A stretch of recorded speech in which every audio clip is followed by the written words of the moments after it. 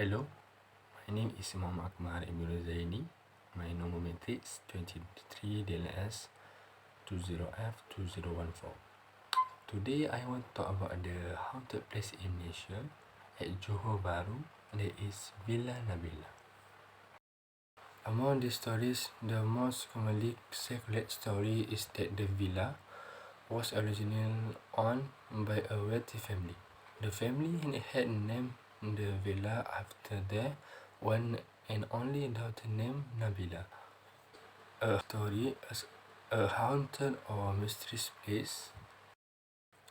Late at night on the fateful night of 16 November 2013, a group of 23 teenagers decided to be daring and enter the villa. Unexpectedly, the action into the scary location turned out to be an adventure that shocked the country. Shortly after the group of teenagers entered the villa, the social media began spreading the story then of 23 alleged teenagers mysteriously missing at Villa Nabila. The spread of social media news has left many confused and curious about what actually happened to them. Are they lost to another war, or uh, are they lost in the villainous responses to the mystical villains who inhabit Villa Nabila? Following on from the social media reports, several journalists tried to track the validity of the allegation. One of the local newspaper journalists managed to find one of the teenagers involved in the incident and by account. As it turned out that the story he had to tell was one that in nerve-wracking and shocking. Next, I will hand it over to my friend. My name is Mohammed Ashraf bin Mohammed Nazri. Today I want to talk about the story of Villa Nabila. The story goes that on the fateful night, the group of 23-year-olds met up to explore the villa. As they entered the villa and began to explore the mansion, they felt cold and very airy. The place was in total darkness, which made them very difficult to see.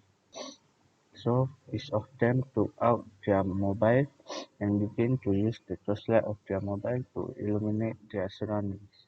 Apparently, they were walking through the mansion quietly and carefully, looking into each area and rooms as they walked as as they walked past.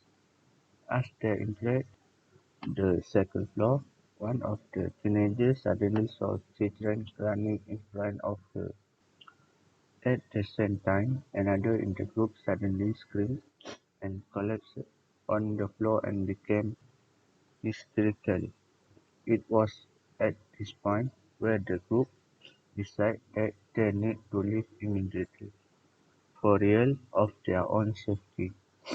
Then took the girl to the Ayamolek Mosque and were connected to heal the victim rituals and rites to exorcise the entity that had attached itself to the girl. The teenager, however, said he did not think any of the teenagers in the group had disappeared as they had split up in the chaos as they rushed the troubled girl to the mosque. Some went straight home and others left the group. Meanwhile, police have denied the social media allegation that 23 teenagers have gone missing in the bungalow, but investigation have found that only a 60-year-old boy, Mohammed Izzat Izzuddin Hussain, was missing according to reports made by the victim's mother, Nur Hayati Mohammed, was missing after a few days of Eastern manhunt. Speculation of the hunting at the villa and mystery surrounding the missing teenager. Finally, on 19 November, After about 3 days of traumatic events in the country, the mysterious disappearance of the teenager was finally solved. The teenager was found in the Feather Pearl village in Bandar Datoon, Jitterbrouw, Eastern his parents' knowledge. Again, a version says that he did not go home past his curfew, so instead had gone to his girlfriend's place to stay for a few days.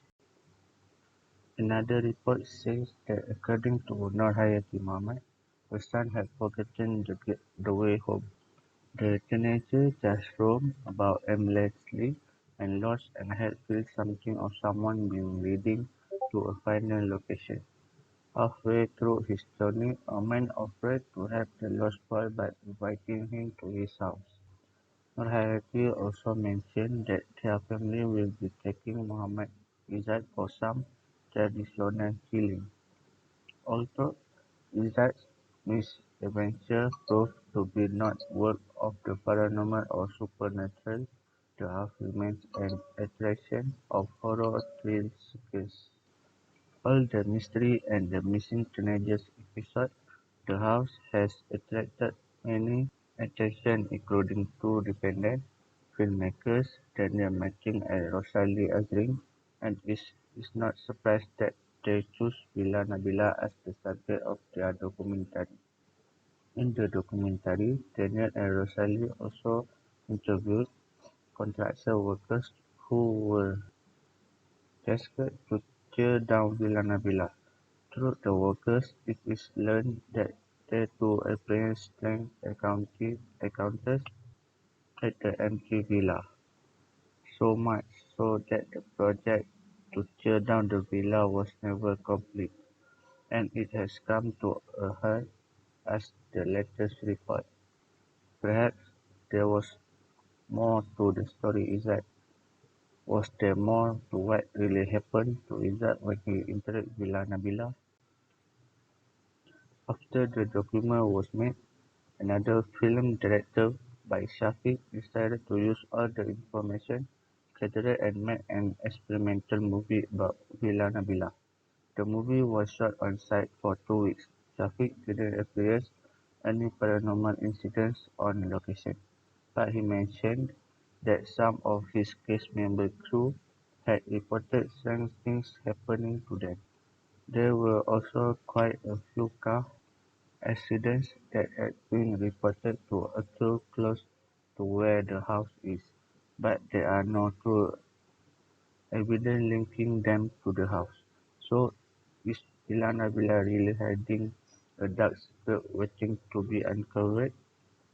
Could it be the spirit of Nabila, who was rumored to have been cemented into the wall of the villa, be preventing the demolition of the villa?